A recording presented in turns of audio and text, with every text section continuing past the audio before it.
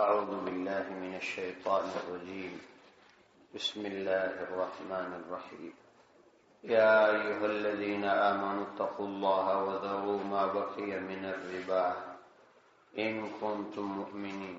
سورة بقرة آيات نمبر 278. يا أيها الذين آمنوا اتقوا الله، اے د ایمان خاوندانو، اتقوا الله، تاسو د الله عز وجل څخه وبېرئ.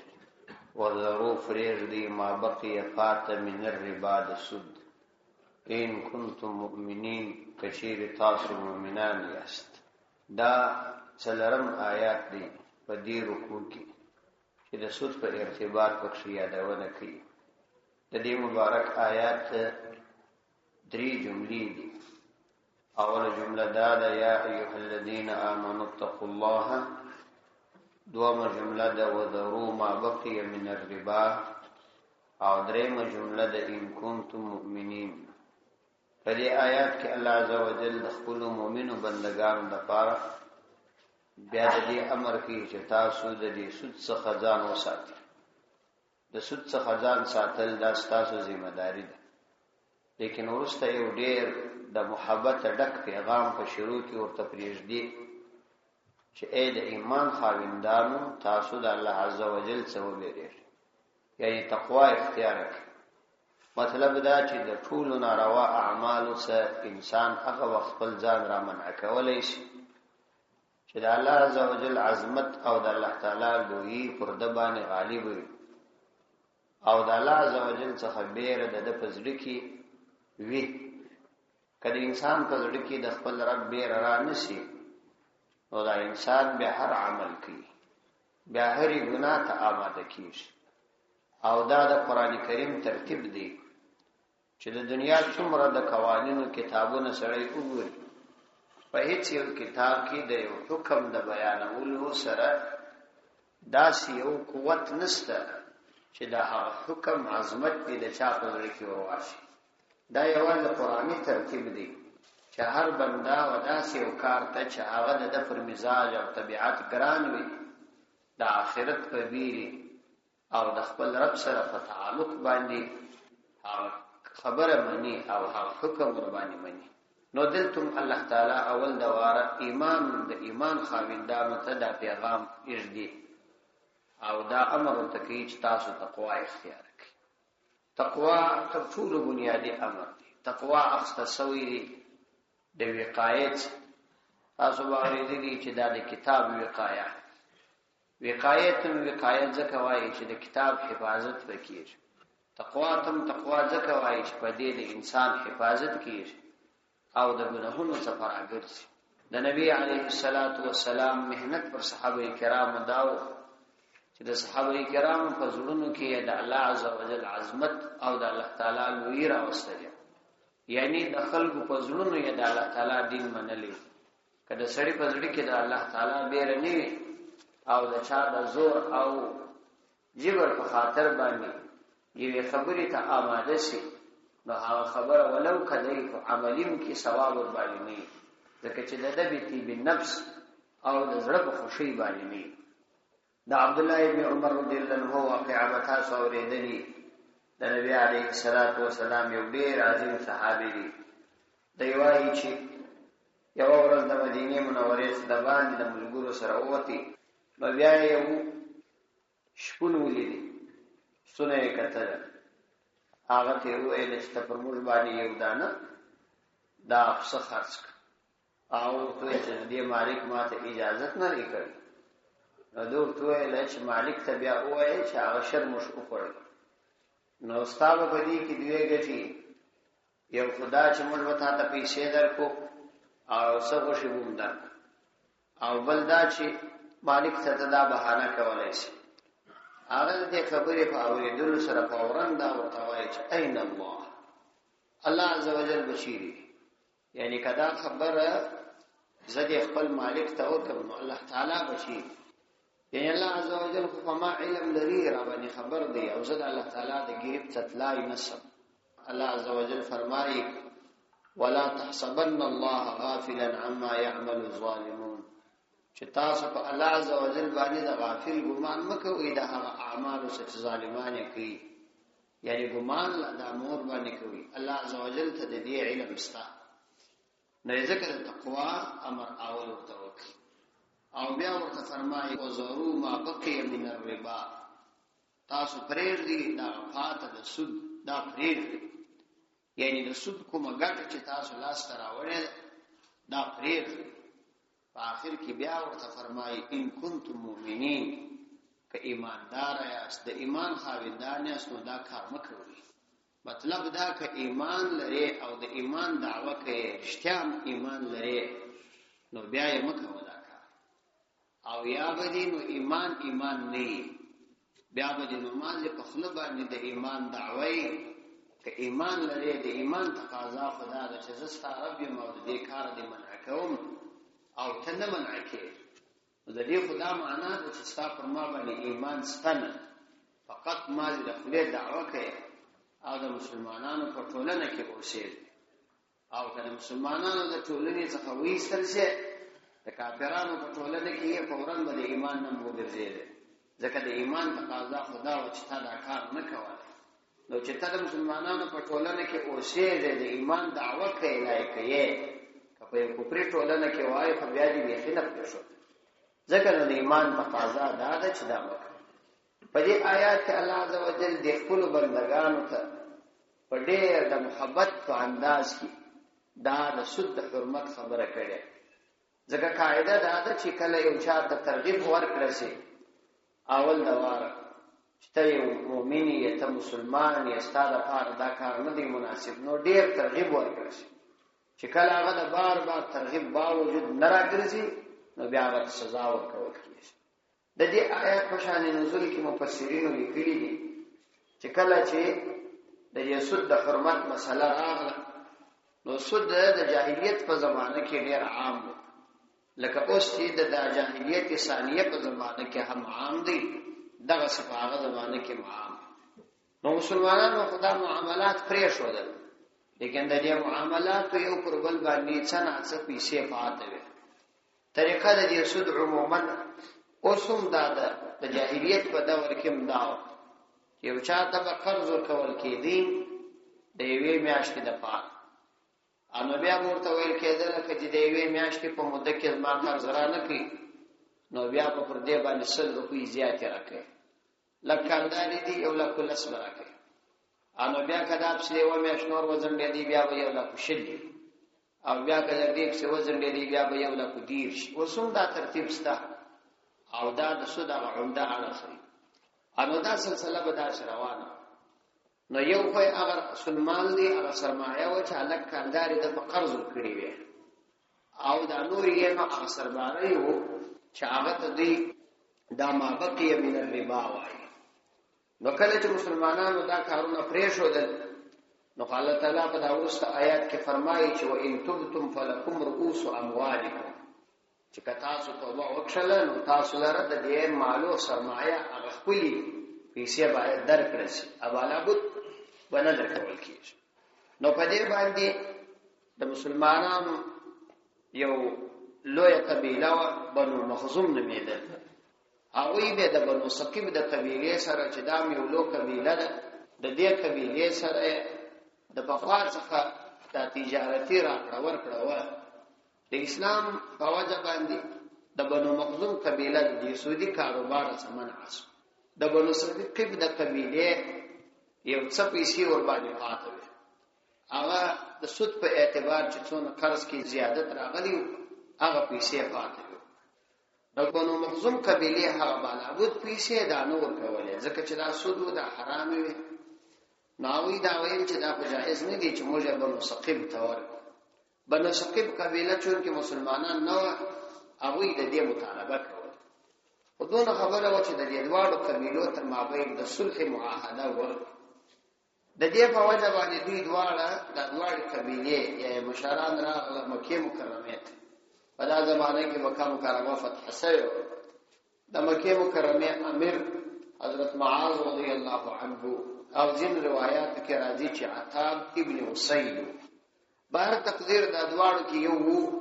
نو هغه چې دا مسله راغله، هغه د دې مسلې حکم پیغمبر علیه الصلاۃ والسلام ته ولیکي، مدینه منورې ته راوست.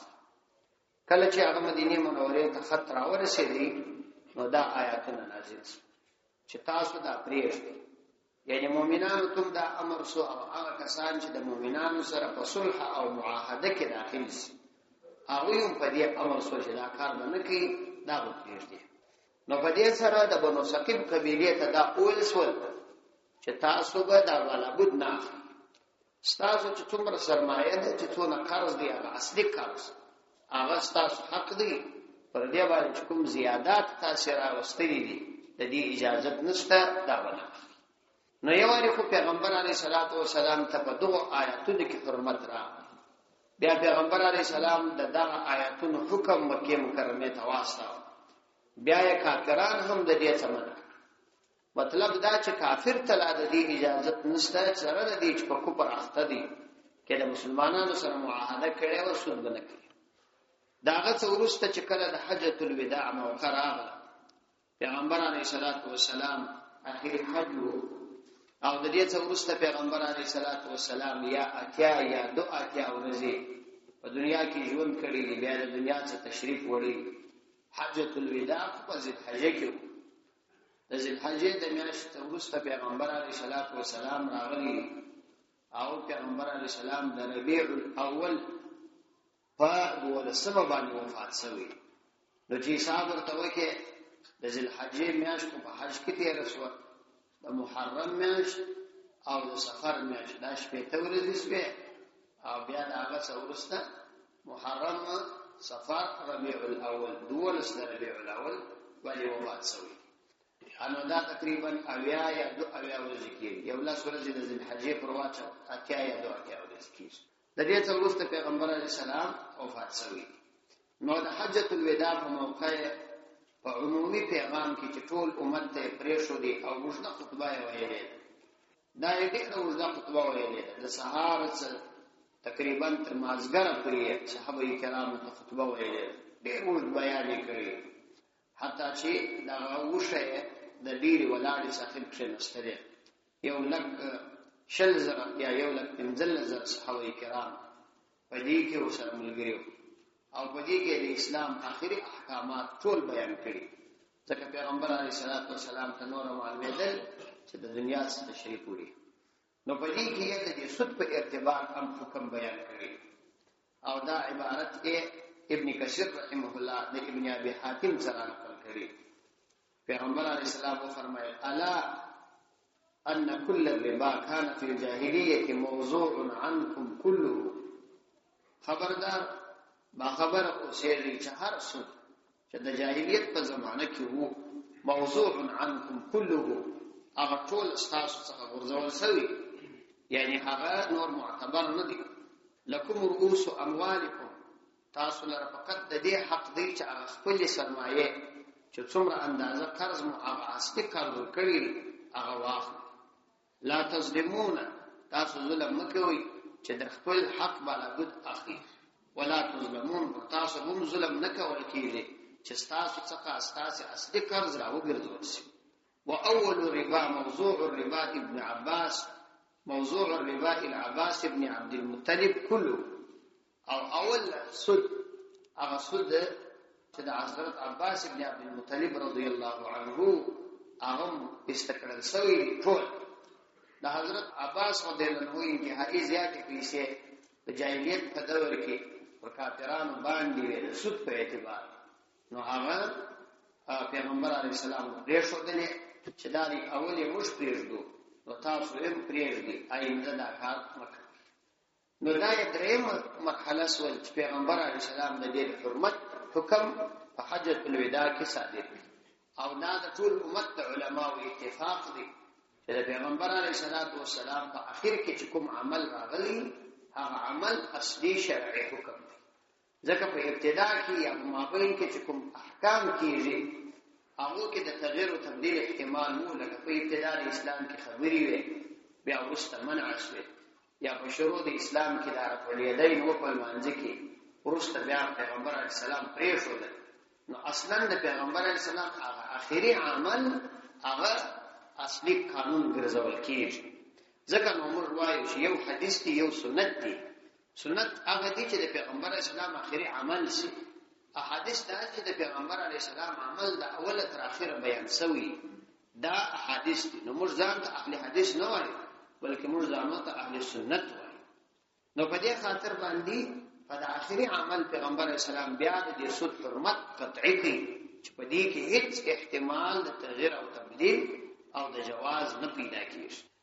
د دې څخه وروسته په 5 آیات کې بیا الله عزوجل د دې ترغیب څخه وروسته د تشدید او د وعید طرف اختیاري او دومره شدید وعید اعلاني، دومره شدید وعید اعلاني چې د کفر څخه ما سوا د بل هیڅ ګناه په ارتباط دومره شدید وعید نه دی اعلان کړی چې هغه دا دی فإن لم تفعلوا کتاسو دا کارو نکړي، یعنی د سود کاروبار متری نشو دی، دا سود خوري مو بیان کول، فاذنوا بحرب من الله ورسوله، نو تاسو تیار اوسئ، تاسو اعلان واورئ بحرب من الله د الله عز وجل د جنگ، ورسوله د الله عز وجل د رسول د جنگ، چې تاسو سره الله عز وجل او د الله عز وجل رسول مقابله کې جنگ وشي. ښکاره خبره ده چې یو ضعیف ناتوانه بنده به څنګه د خپل رب مقابله وکولای شي. الله عز وجل په هر څه باندې قادر دی. الله عز وجل ډیر ځایو کې دا خپل قدرت یادونه کوي. سورۃ معارج کې فرمایي کلا انا خلقناهم مما يعلمون. هیڅ کله دا څنګه ده موږ د انسانان پیدا کړی چې د هغه څه چې دوی پوهیږي. فلا اقسم برب المشارق والمغارب، زما د رب د مشرقونو او د مغاربو قسم وي. انا لقادرون على ان نبدل خيرا منكم، نو موږ په دې باندې قادر یو چې تر تاسو بهترین خلق پیدا. وما نحن بمسبوقين، هیڅ کله موږ څوک عاجز کوي نشي. دا غسه الله تعالی په سورۃ جن کې د جنات په ارتباط را نقل کړي وانا ظننا ان لن نعجز الله في الارض، چې موږ دا ګمان وکړي چې الله عز وجل هیڅ څوک په دې ځکه کې عاجز کولای نشي. ولن نعجزه هربا، او نه موږ د الله عز وجل په تېښته عاجز کوي چې موږ دې وتښتېږو او د الله عز وجل څخه خلاص کو. هیڅ کله داسې نشي کېدای بلکې الله تعالی موږ ارزای شي رانیسي. نو په دې کې دومره شدید وعید وشو دی چې تاسو دې ځان ګوري کنه تاسو سره سخت معامله کیږي. د دې څخه وروسته بیا الله عز وجل فرمایي چې وان تبتم فلكم رؤوس اموالکم، کوم توبه وکړه نو تاسو د پاره تاسو د مالونو سرمایه ده، یعنی څومره اندازه قرض چې تا ورکړي هغه اندازه حق دی هغه تواخ. اوس نو دا اندازه هم الله عز وجل دلته په شرط باندې مقیده کړ. کوم توبه وکړه نو دغه درکول کیږي، یعنی کوم توبه ونکړه نو بیا نه درکول کیږي. مفتی محمد شفیع صاحب رحمت الله علیه د دې دوی وجې لیکلي. یو وجه دا لیکلی چې یو سړی که سود حلال وبولي نو دا کافر دی، مرتد دی، او د مرتد په باره کې شرعي امر دا دی چې د هغه مال چې په دارالاسلام کې د اسلام په حال کې ګټلي هغه مال به یې پر ورثو تقسیمیږي، او کوم چې د ارتداد په وخت کې ګټلي نو هغه مال به بیا په بیت المال کې جمع کیږي. نو په دې وجه خدای اړ لاړې د ایمان او ته العیاذ بالله، نو هغه سرمایه خو به نه سو پاته به لا د مسلمانانو سواله. نو کوم توبه وکړل نو هغه سرمایه به تاسو د چاڅونه، او یا ودا کس توبه نه کوي مؤمن به یو په دې عمل به اخته.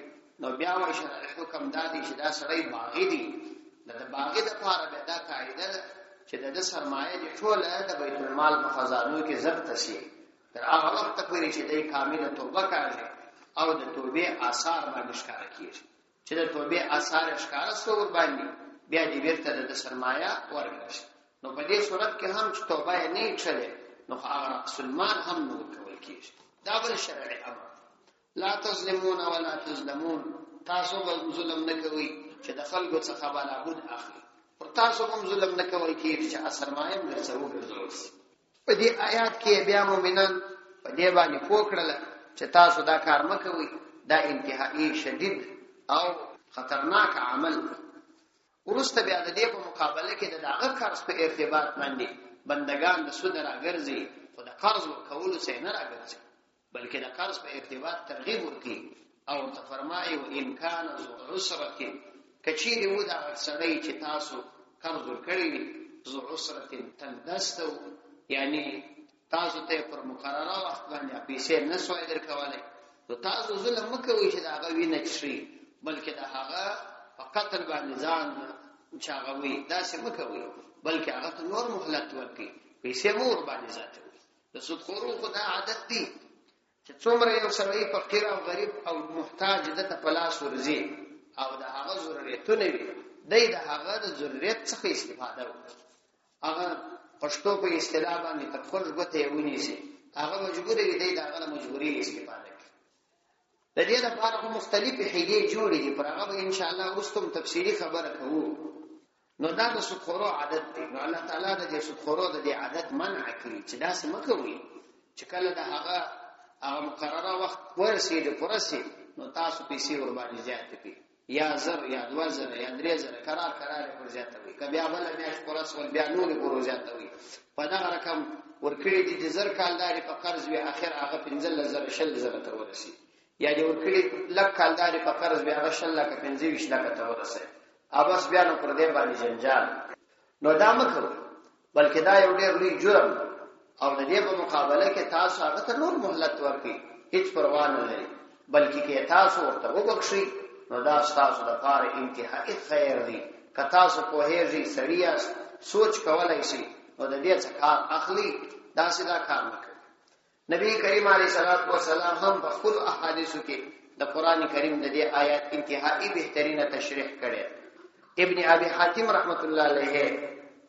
او داسې طبرانی نور هم په دې ارتباط باندې زیات احادیث را نقل کړي طبرانی یو حدیث را نقل کړی دی چې پیغمبر علیه السلام فرمایي چې کوم څوک غواړي دا چې د قیامت په ورځ باندې د الله عزوجل تر هغه سایه لاندې کښیني چې بل هیڅ سایه نه او دوی ورته اشد ضرورت ولري انتهایی زیات ضرورت ورته ولري نو دوی د هغه چا سره چې د قرض کړي د هغه سره د قرض په معاملې کې مساهلت او نرمي وکړي نو الله عزوجل به د عرش تر سایه لاندې کښیني په داسې وخت کې چې د عرش سایه ته د اشد ضرورت او محتاج بل حدیث مسند احمد را نقل کړی دی چې پیغمبر علیه الصلاۃ والسلام فرمایل چې کوم څوک یو مفلس او مدیون ته مهلت ورکړي یعنی یو څوک پوروړي مدیون یې قرضدار تا پیسې ورکړي دی بیا مهلت ورکړي پیسې ور باندې زیات نه کړي نو د هر ورځې په اندازه به الله عزوجل دومره ثواب ورکړي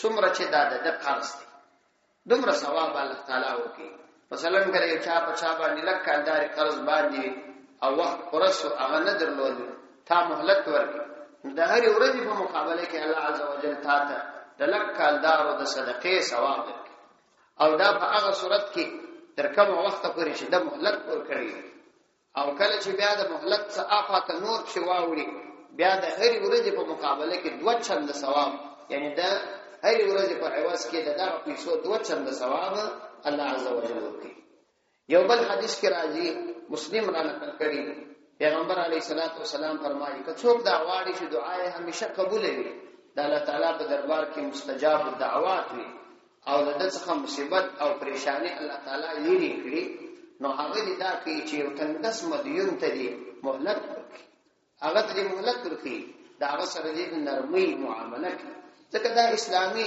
اخلاق دي چې سړی باید داسې جوړ شي او کوم څوک چې دا کار وکړي الله تعالی فرمایي وان كان ذو عسره کچيري وو دغه ستا مدیون قرضدار دا تندست وخت پرسو پیسې نه درلودې فنظره الى ميسره نو بیا مهلت پر کول پکار دي تر وخت در پر کېدو وان تصدقوا او کچيري تاسو خیرات وکړي خیر لکم دا تاسو د کار ډېر خیر دی ان کنتم تعلمون کتاسو فویږي په خبره مصرف لاسیر نو اوس د دې مال ورته صدقه کول دا تاسو د کار خیر دی مطلب دا چې ظاهرا خوشته ورته وګوره نو دا به په فکر کې درځي چې یو لک کالدار مې در باندې وې ما یو امید ودر هغه واستعلی پر وخت نه راکې ورته خیرات کې تیر ور پریز دی پسې نو ستا په فکر کې بدا درځي چې دا نو هغه پیسې ولاړل لیکن دا په حقیقت کې پیسې نه دي تللی، بلکې په دې باندې الله عزوجل ستاسو څخه په دنیا کې مصائب لري کی او په آخرت کې هم لري کی. مفتی صاحب د دې دوه وجې لیکلي دي. وایي وجه پیدا ده چې دا دنیا خو یو څو ورځې دا خو به تیر شي، دا کته د دې دنیا کې سرمایه‌دار او کنه دا دنیا در باندې تیریږي پاتې کیږي نه، چې دنیا تیر رسول د آخرت عظیم نعمتونه او د همیشه د پاره خوشحالي هغه الله تعالی ته د غلو پیسو په عوض کې درکړي.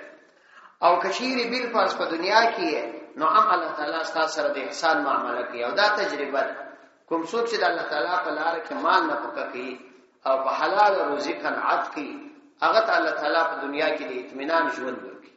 مفتی صاحب لیکلي دي چې ما ته تجربه ده چې کوم څوک په نارواو طریقو باندې د مال د ډیرولو په کوشش اخته وي، د هغوی اکثره پیسې پر مریضیو مصرفي، چې هغه یا په لوی لوی چستونو باندې اخته وي، داسې نادر او نااشنا او نابلده مرضونه ورته پیښي، یا دته یې بچانو ته یې کوروالات. ته به دا فکر کوې چې دغه مریضي په ټول ژوند کې چاته نه راغلی، د تبور پیښي.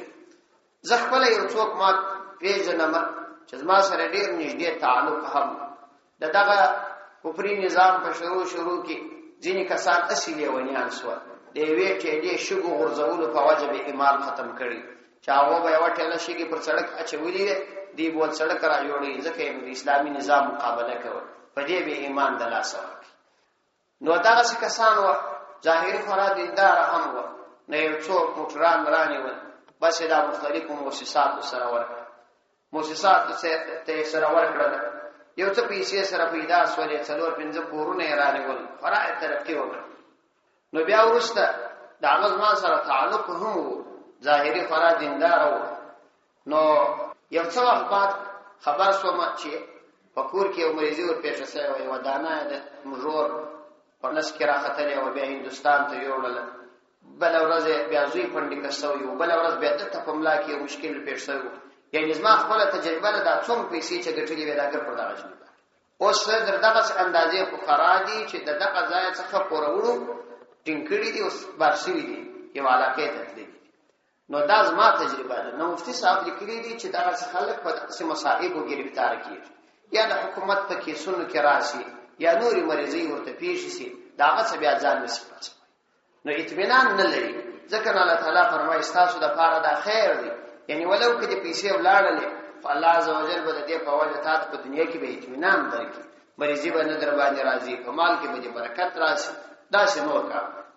واتقوا یوما ترجعون فیه الی الله، او تاسو وبېرېږئ یوما د هغې ورځې څخه ترجعون فیه الی الله چې تاسو په هغه کې د الله عز وجل طرف ته ګرځول کېږي. ثم توفى كل نفس، او بیا به پوره ورکول کېږي هر نفس لره، هر نفس لره پوره ورکول کېږي ما کسبت، هغه چې دې نفس یې کسب کړي، وهم لا یظلمون، او دوی به لا یظلمون، ظلم نور باندې کول کېږي. یعنی دوی ته به پوره د دوی د نفس مطابق چې دوی څه کړي دي په دنیا کې هغه ورکول کېږي. د دې آیات دلته راوړل هم د یو خاص مناسبت په وجه دي. ما تاسو ته مخکې وویل چې دا آیات د حضرت عبدالله ابن عباس رضی الله عنه په قول د پیغمبر علیه السلام د وفات څخه 9 ورځې مخکې، او ځینې روایاتو کې راځي 11 ورځې مخکې نازل شوي دي، چې د دې وروسته بیا هیڅ آیات نه دی راغلی. دا آخري آیات دی د قرآن کریم چې نازل شوي. نو دې آیات کې الله عز وجل آخري خبره د آخرت کوي. مطلب دا چې د دنیا ټول سرمایه، ټول کاروبار، د دنیا ټول مهنت آخر پر آخرت پر ورځ باندې لري. که لږ سرمایه لري، که ډېره، که مؤمن وي، که کافر وي، که غریب وي، که خان وي، که امیر وي، که غریب وي، نو دا په هر حالت کې آخرا د آخرت طرف ته ځي. نو الله عز وجل فرمایي واتقوا یوما، تاسو د هغې ورځې وبېرېږئ، ترجعون فیه الی الله، چې تاسو په هغه کې د الله عز وجل طرف ته ګرځول کېږي. ثم توفى، بیا پوره ورکول کېږي، کل نفس، هر نفس لره، ما کسبت، هغه څه چې دغه نفس یې کسب کړي، وهم لا یظلمون، او حال دا چې په دوی به ظلم هم نه کول کېږي. نو دا خطرناکه ورځ الله عز وجل سورة مزمل کې د قیامت د ورځې یادونه کوي.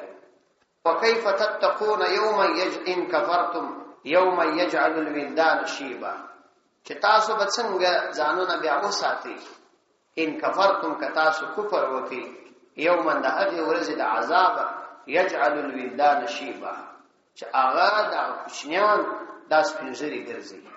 مطلب دا چې دومره وژدا او طویله ورځ ده چې په دا ورځ باندې به د کوچنیان چې د لږ عمر دا بس پنځري شي. او یا دا چې دومره شدید مصائب دي چې انسان سپنځري ګرځي. ځکه په سړي کې مصیبتونه ډېر راشي نو هغه ذهني فشارونه ور باندې راځي. په دې وجه د انسان اعضاء ضعیف کیږي، د اعضاء وزو پر رشتانو تاثیر کوي. نو الله عزوجل فرمایي چې دې ورځ څخه به تاسو څنګه بیا ځان وساتئ. نو دا یو خطرناک ورځ ده. د سود په ارتباط باندې او آیات په دې رکوع کې راغلي. په سورته آل عمران کې راوړوي آیات نمبر 110. په دې آیات کې الله عزوجل سورته آل عمران آیات 110 کې هم د سود په ارتباط باندې فرمایي: یا ایها الذین آمنوا لا تأکلوا الربا اضعافا مضاعفا واتقوا الله لعلكم تفلحون واتقوا النار التي اعدت للكافرين. یا ایها الذین آمنوا بیا یو ډیر د محبت پیغام دی: اے د ایمان خاوندانو، لا تأکلوا الربا، تاسو د سود مخوري، اضعافا مضاعفا، څو چند یو پر بل باندې بالابود دا مخوري. د دې ځان وساتئ. واتقوا الله، الله عز وجل څخه وبېرېږئ، لعلكم تفلحون، شاید تاسو په دې باندې کامیاب شئ چې دا سود خوري پرېږدئ. اضعاف مضاعفه دا معنا ده لکه ما چې مخکې درته وویل د جاهلیت په دور کې دا ترتیب وو، اوس هم دا ترتیب دی چې قرض به ورکړي بیا یو دغه دپاره وخت مقرراوه.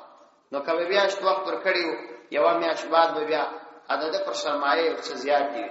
مثلا که به 50,000 افغانۍ په قرض ورکړي د یوې میاشتې لپاره، نو دا به ویل که دې په یوه میاشت کې راکړه ښه، که دې نه راکړې نو بیا به ته ما ته 50,000 او 500 افغانۍ راکړې. بیا که په بله میاشت پوره شوه بیا به نو یو 50,000 شوې. نو دا خو هغه چند پر چند بالا کېدل. نو اضعاف مضاعفه ده. نو دا وکړو ځینې د کفر څخه متاثر کسان او د اسلام نه لرې کسان هغوی د دې آیات مطلب دا اخی دا یو احمقتوب دی. هغه په دې کې د هغه سود منع راغلی ده چې څو چند دي، نو تر څو چنده پورې منع دي، که یو چند وي نو هغه پروا نه ده. حالانکه دا یو ډېر لوی احمقتوب دی. د قرآن په آیاتونو کې تحریف دی، غلط تعبیرول دي.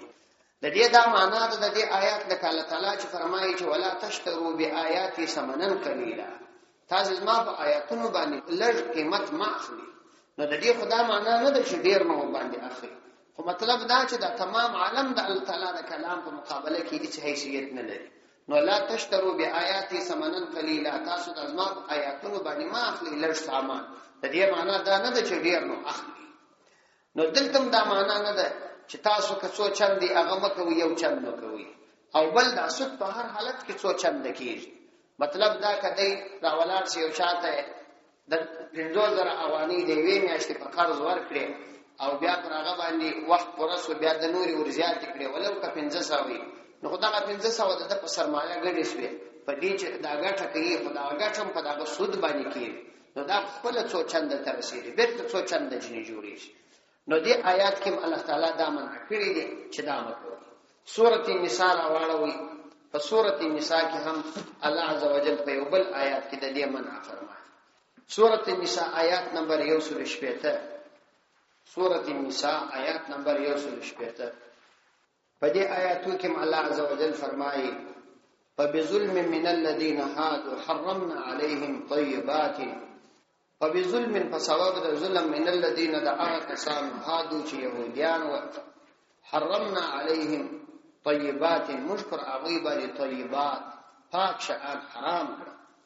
احلت لهم چې دا د دې لپاره حلال و، خو چې د دې د ظلم په وجه مشکر دې باندې حرام وګرځول. وبصدهم او فمنع دوی عن سبيل الله د الله تعالی د لارې څخه چې دې یو ظلم کاوه، بل خلک د خدای د لارې منع کول. عن سبيل الله كثيرا، ډېر خلک په دې وجه باندې موږ پر دې باندې ځینې حلال شان حرام وګرځول، یو مودا سزا ورکړه.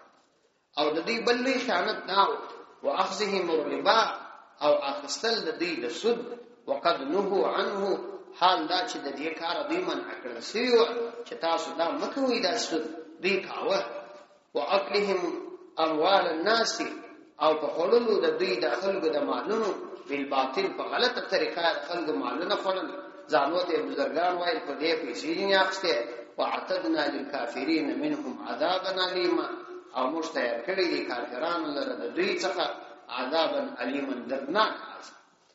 دې آیات کې هم الله عزوجل دادی په دغه آیات کې او د دې څخه ورسته بیا د هغه علماء کمزوري بیانې د يهودو د علماء نو دا یو شپیتم او یو شپیتم آیات دا نه آیاتونه په دې کې الله عزوجل د سود د حرمت خبره کړې یعنی دا د سود حرمت دا یوازې د نبی عليه السلام په دین کې نه دی بلکې د دې نمخ کې په موسوي دین او عیسوي دین دواړو کې دا راغلی ځکه چې يهود او نصارا منعسي او دا خدای هغه دین په وخت کې دا چې منعسي او دا کار دی کاوه دا نه آیات او یو آیات به سورته روم کې دی آیات نمبر 90 سورته روم آیات نمبر 90 وما اتيتم من ربا او هغه تاسو ورکوي من ربا سود ليربو في اموال الناس چې زیادتی راسي د خلکو په مالونو یعنی د خلکو نه زیات مالونه واخلي فلا يربو عند الله فلا يربو نو دوی ګټه نه کوي عند الله الله تعالی په نسبت دوی زیادت نه کوي وما اتيتم من زکات او هغه چې تاسو ورکوي زکات تريدون وجه الله او فعبك الله تعالى الجزاء درجات اراده لري فاولئك هم المضعفون نو دا خلک چې دي زیات کوونکي دي دغه په مال کې زیادت راځي د سود خور په مال کې زیادت لري د دې آیات په اعتبار باندې دوه مطلب بیان شوي یو آیات دا دي چې دا ترجمه موږ وکړه چې د دې څخه د سود مراد دي چې دا خلکو بکاوه او ځینې به وایي چې د دې څخه مراد دا دي خلقو ته مال په دې نیت باندې مور کوي چې هغه بیا تاسو سره احسان کوي یعنی صدقات په دې نیت وکړو نو ځکه چې وایي دا سورۃ مکی دی او دا آیات مکی دی د سود حرمت په مدینه کې راغلي بهر تقدیر ځینې د سود سره مناسبت وکړي او ځینې د ربا زیادت معنا اخلي مطلق د سود څخه ماشه ربا هم د زیادت توای بهر تقدیر د لس آیات د سود په حرمت کې راغلي نو د دې څخه د دې لپاره خدای یو بس کفایت کوي لیکن الله تعالی د دې مسلې په شدت شناعت او بدی باندې دومره زیات زور لګولې دي چې د قران کریم لس آیات د دې حرمت کې را نازل شوي د دې څخه وروسته اوس دا خو د دې څو آیاتونو تشریح تفصیلی بحث هغه د دې څخه وروسته کوو چې یو خدای چې نن سبا د عالم نظام تجارت او رکن اعظم دا سود ګرځېدلی چې تقریبا نظام تجارت او دا بانکي نظامونه دا ټول د سود ګرځېدلی نو دا صرف په دغه وخت کې چې کله د قران او حدیث په آیاتو یا روایتو کې د حرمت او ممانعت خبره راشي نو عامه طبيعتونه د انسانانو د دې خبرې د فهم د پاره چې دا خبره فهم کې او شی واوري نو د دې حرمت څخه د ځان خلاصولو د پاره مختلف حیلې جوړي چونکه دا اوس عام کاروبار ګرځېدلی دي البته د قران او د حدیث دومره شدید حرمت دي نو ځینې کسان به ظاهري د بزرګي پوش په اغوندي مختلف حیلې جوړي یو حیله او بل حیله نو یو خو دغه حیلو په خاطر باندې چې د خلکو د حیلې منع شي او خبر شو واضح شي نو ان شاء الله پر دې به تفصیلی بحث کوو علاهده بحثونه روان بحثونه مون پر درو حصو تقسیمي شي اول دا چې په قران او سنت کې د سود څه حقیقت دی او کوم صورتونو ته سود شامل دي دوم دا چې د سود حرمت او ممانعت د کوم حکمت او کوم مصلحت په خاطر شریعت کړی یعنی دې کې کوم حکمت او کوم مصلحت دي چې شریعت سود حرام ګرځولې دي او دومره شدید حرمت یې بیان کړی درېمه خبره به مداري چې سود او ربا چې دا چې هر څومره بد شي نن سبا د دنیا نظام معاش او تجارت پر دی ولاړ نو که د قرآنی احکاماتو مطابق سود پرې شوړل شي نو آیا د بانکونو او تجارت نظام به وچلیږي که به نه وچلیږي پر دې باندې به خبره نو دا درې خبرې به ان شاء الله موږ تاسو آینده را روان بحث وي صدق الله